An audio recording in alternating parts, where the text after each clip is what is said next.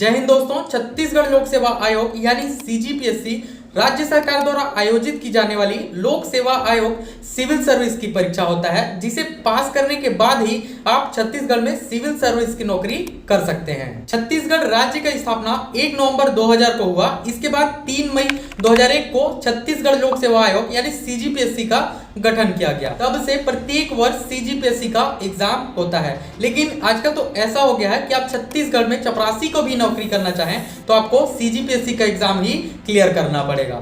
छत्तीसगढ़ में किसी पेपर में गड़बड़ी करना आजकल आम बात हो गया है। कभी पेपर्स लीक हो जाते हैं, कभी मेंस एग्जाम के आंसर शीट से 4 पन्ने गायब हो जाते हैं, कभी सीजीपीएससी चेयरमैन के रिश्तेदार, मंत्री, विधायक और बड़े बड़े पॉलिटिकल पार्टी के जो नेता हैं उनके बेटे बेटियां, मामा की बेटी, चाचा के बेटे, अरे कहना क्या चाहते हो, इनके रिश्तेदारों का ही सिलेक्शन होता है। चलिए सीजीपीएससी एग्जाम 2021 के रिजल्ट में हुए स्कैम और पॉलिटिकल पार्टी से इसका कनेक्शन समझते हैं। दरअसल मामला ये हुआ कि सीजीपीएससी का 2021 में एग्जाम हुआ, 2022 में मेंस का एग्जाम होता है। इसके बाद जब उसके इंटरव्यू का रिजल्ट आता है 2023 में, तो सबके होश उड़ जाते हैं। 18 लोगों का चयन, जिसमें सीजीपीएससी के चेयरमैन, सत्ताधारी दल के नेता, मंत्री और विधायकों के जितने भी रिश्तेदार हैं उनके बेटे बेटियों का, इनमें से 18 लोगों का चयन होता है। इसके बाद सीजीपीएससी चयन में गड़बड़ी को लेकर बीजेपी एमएलए ननकीराम कंवर के द्वारा याचिका दायर किया जाता है। इस याचिका पर हाईकोर्ट में सुनवाई होती है, जिसमें 3 लोगों को छोड़कर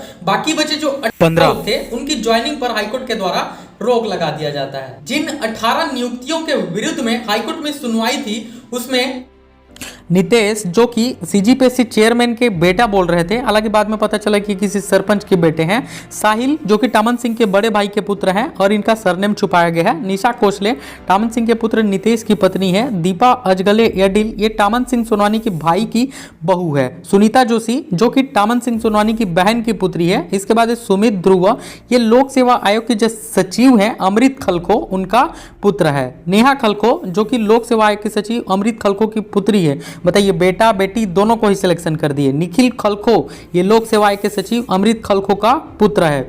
साक्षी ध्रुव, जो कि बस्तर नक्सल ऑपरेशन के डीआईजी ध्रुव की पुत्री है। प्रज्ञा नायक, जो कि कांग्रेस नेता के ओएसडी के रिश्तेदार की पुत्री है। इसके बाद प्रखर नायक, ये कांग्रेस नेता के ओएसडी के रिश्तेदार का पुत्र है। इसके बाद अनन्या अग्रवाल, जो कि कांग्रेस नेता की पुत्री है। शशांक गोयल, जो कि कांग्रेस नेता सुधीर कटियार का दामाद है। भूमिका कटियार, जो कि कांग्रेस नेता सुधीर कटियार की पुत्री है। खुशबू बिजोरा, जो कि कांग्रेस नेता के ओएसडी के साड़ू भाई की पुत्री है।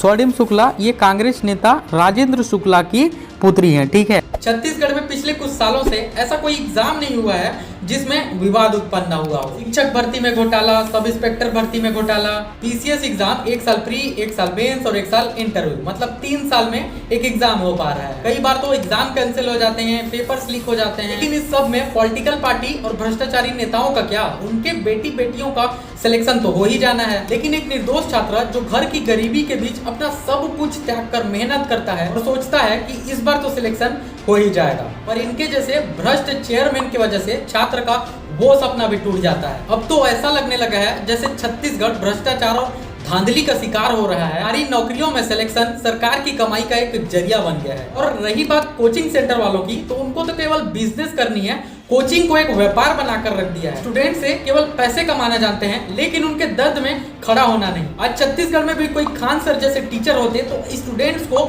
सरकार से लड़ने की एक हिम्मत मिलती। और डियर चेयरमैन सर, आपको तो स्कैम के मामले में भारत का सबसे बड़ा गेमर अवार्ड मिलना चाहिए। देश में पनप रहे ऐसे भ्रष्टाचार अधिकारी और पॉलिटिकल लीडर्स के लिए आपकी क्या राय है, कमेंट करके जरूर बताइए।